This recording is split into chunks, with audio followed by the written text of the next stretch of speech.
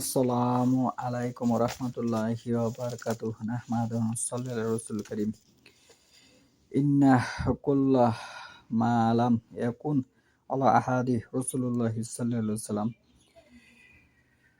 ওয়া আসহাবিহি দিনান লাম ইয়াকুনিল ইয়াওমা দীনা। ইমাম মালিক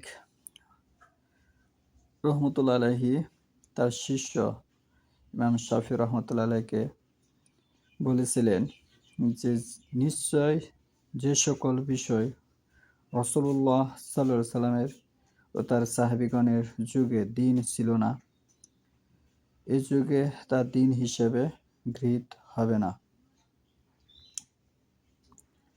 আজকে বক্তব্যের বিষয় হলো নতুন ধর্ম ইসলাম ধর্মে এসেছে। ইসলাম ধর্মের পরিচয় দিয়ে যে সমস্ত আমল সাহাবীরা করেনি, আল্লাহ রাসূল সাল্লাল্লাহু আলাইহি ওয়াসাল্লাম করেনি, এ যুগে যদি কেউ এটা করে ১০০,০০০ বছর ধরে চালু হয়েছে এরকম ধর্ম যদি কেউ মানে পালন করে ইসলাম মনে করে, তাহলে সে যেন আল্লাহ রাসূল সাল্লাল্লাহু আলাইহি ওয়াসাল্লামের রিসালাতকে নবুয়তকে অস্বীকার করলো, অমান্য করলো। ইমাম মালিক রহমতুল্লাহ আলাইহি বলতেছেন যে মাবতাআ আদাহ বিদআতান ইয়ারাহা হাসানাতান ফাকাদ জাইমা আন্না মুহাম্মদ সাল্লাল্লাহু আলাইহি ওয়াসাল্লাম খান রিসালাতা।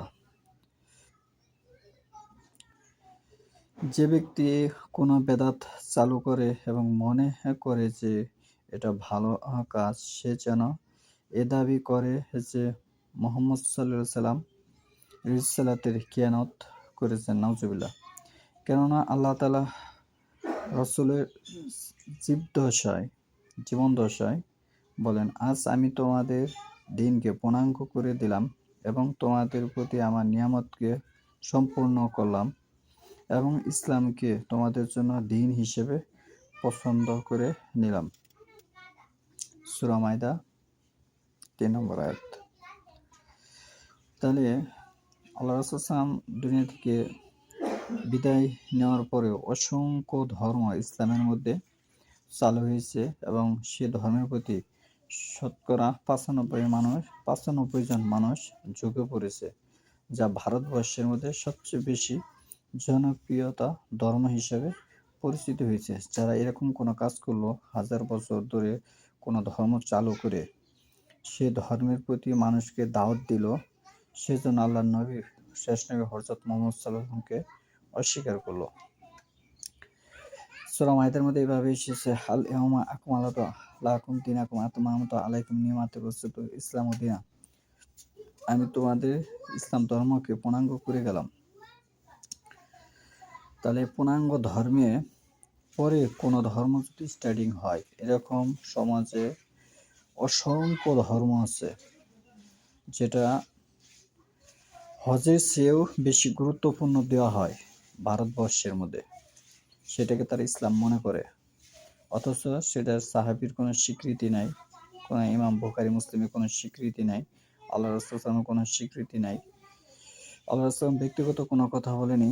ওমা ইয়ানতিকু আনিল হাওয়া, সূরা নাজমের ৩ নম্বরে আল্লাহ বলতেছে, আমি তাকে যা বলেছি তাই বলেছে।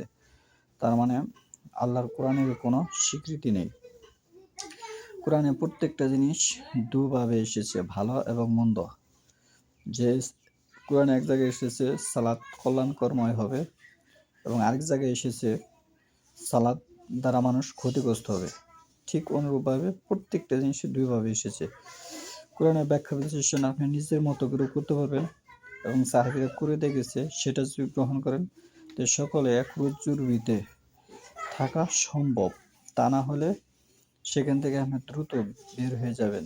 যদি আরব দেশের আঞ্চলিক ভাষা দিয়ে কোরআন হাদিস বুঝেন এবং অনুবাদ করেন এবং তাদের কথা শুনেন, তাহলে আপনি দ্রুত ক্ষতিগ্রস্ত হবেন। কুল্লু বেদাতিন যালালাহু যালালাতুন ফিন্নার, যে বেদাত করে সে পথভ্রষ্ট এবং পথভ্রষ্ট থাকার স্থান হচ্ছে জাহান্নাম। সূরা বাকারা ২৬ নম্বরে আল্লাহ বলেছে, ফাসিক লোকরা কখনো হেদায়েত পাবে না। এই হিসেবে বোঝা যায় শতকরা ৯৫ জন মানুষই ফাসিকের আওতাভুক্ত হবে, তারা হেদায়েত প্রাপ্ত হবে না, কারণ তারা বেদাত করতেছে। সুবহানাক আল্লাহুম্মা ওয়া বিহামদিকা আশহাদু আল্লা ইলাহা ইল্লা আনতা আস্তাগফিরুকা ওয়া আতুবু ইলাইক।